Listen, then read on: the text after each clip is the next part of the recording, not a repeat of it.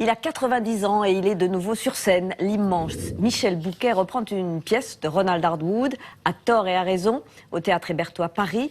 Nous sommes bien sûr allés le voir. Et il s'est livré avec beaucoup de profondeur sur son métier de comédien.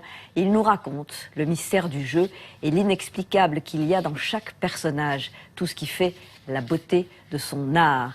Sa parole est rare et il évoque avec Alexandra Rouault ses grands moments de comédien. Michel Bouquet, c'est un accro aux planches. Après avoir fait ses adieux en 2011, il s'est empressé de reprendre quelques mois plus tard Le Roi se meurt.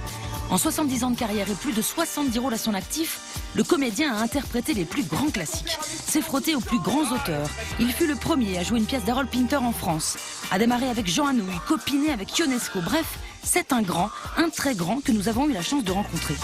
Il est en ce moment sur scène, dans À tort et à raison de Ronald Hardwood, pièce qu'il avait déjà jouée il y a 15 ans avec Claude Brasseur. Il donne cette fois la réplique à Francis Lambraille. Mais vous avez bien dirigé pour Adolphe, non? Ça correspondait à votre conviction de séparer l'art et la politique? Ce n'était pas la même chose. Mais ça, oui. J'ai été piégé. Comment ça? L'occasion pour nous de revenir avec Michel Bouquet sur les grands moments de sa vie théâtrale.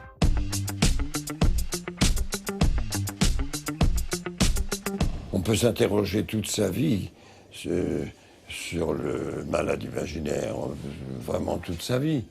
Pourquoi est-ce que c'est si beau? Pourquoi est-ce que c'est si ridicule? Et pourquoi est-ce si grandiose? Ça, c'est des énigmes qui sont très difficiles à expliquer.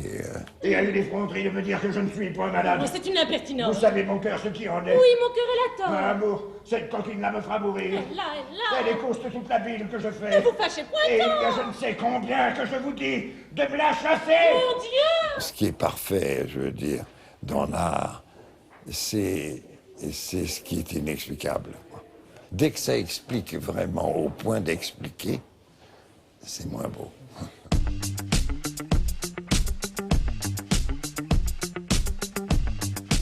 C'est Anouilh qui m'a vraiment frappé beaucoup. Parce que il avait toujours une solution simple pour parvenir à un résultat très compliqué. Par exemple, dans Vitos, par exemple, il me disait toujours montez votre voix, Michel, montez votre voix. Alors je parlais de plus en plus. Montez, et toujours garder cette petite voix. Et ça devenait la voix de Vitos.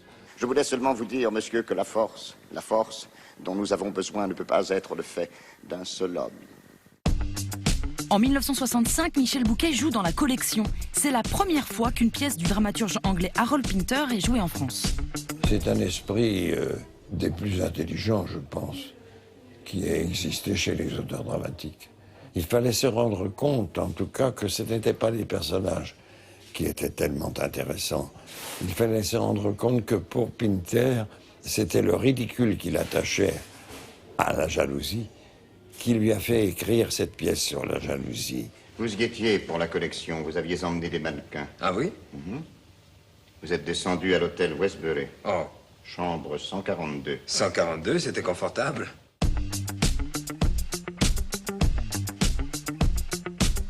Le plus important, c'est celui que j'ai eu dans Pozzo au Festival d'Avignon, dans Pozzo de Godot. Je suis carrément sorti de scène et re-rentré. Et quand je suis re-rentré, les gens ont applaudi, ce qui m'a conforté. C'est un vide. C'est pas forcément désagréable, c'est un vide, quoi. Mais c'est désagréable après, et, évidemment. Parce qu'une fois qu'on l'a eu, c'est plus difficile de vivre après. On peut se dire, si je ne fais pas mon métier, ou si je ne suis pas apte à faire mon métier, ma vie est finie.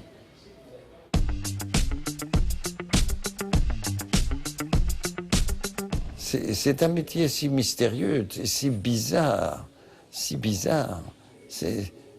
On est sûr de rien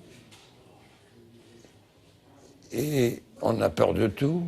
Nous parlons ici de choses qui concernent toute mon existence, ma carrière, ma vie. C'est ma liberté, puisque c'est pas moi. C'est une vie qui n'est pas la mienne. C'est une vie qui est le personnage.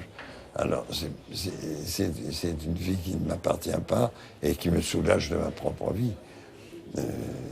Alors, c'est une vie à laquelle je m'attache.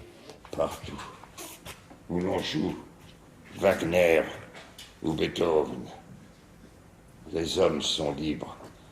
La musique les transporte vers des contrées où les tortionnaires et les assassins n'ont plus le pouvoir de leur faire de mal.